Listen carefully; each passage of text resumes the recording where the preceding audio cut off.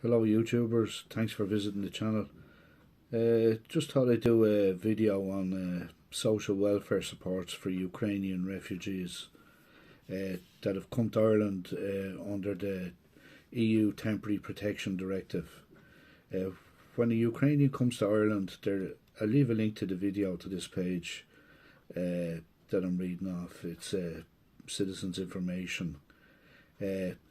When they come to Ireland, it says that if you arrive at Dublin Airport, you'll be brought to City West Convention Centre in Dublin, and you'll be given a PPS number there.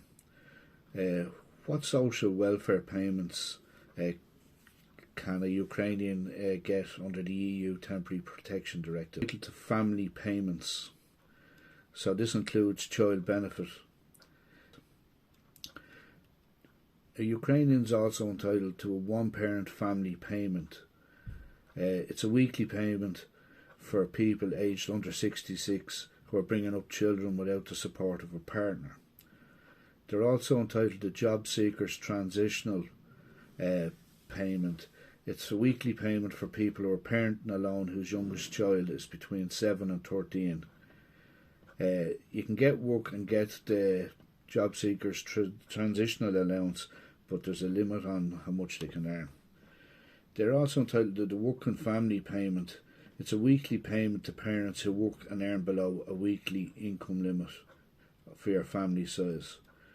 Other payments, they're entitled to Jobseekers Allowance, which is a weekly payment for people aged between 18 and 66 who are unemployed and looking for work. They're entitled to Disability Allowance. It's a weekly payment for people aged between 16 and 66 who have a disability. They're entitled to a Carers Allowance, a weekly payment for people who are caring for a person who needs support because of their age, disability or illness, including mental illness. They can get state pension, non-contributory pension. So that's basically a weekly payment for people aged 66 and over. They're entitled to Supplementary welfare allowance. This is a weekly payment. It's an emergency or temporary payment.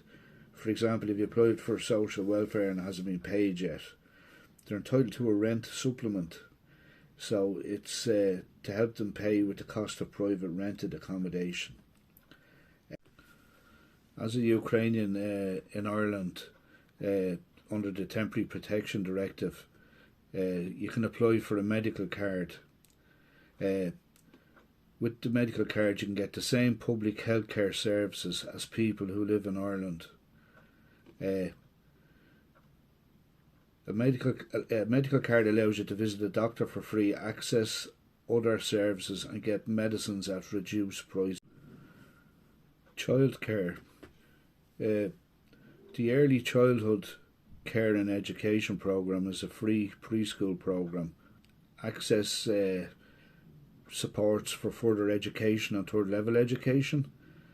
So basically they're entitled to access PLC courses and be able to apply for a bursary for displaced persons, and they can get up to €6,115 a year to be paid in 9 monthly instalments. They're also entitled to a payment of €1,150 per month to qualified persons taking a full-time course in higher education. If you drove your car from Ukraine to Ireland, they're entitled to free car tax, so they don't have to pay car tax on their car if it's a Ukrainian vehicle.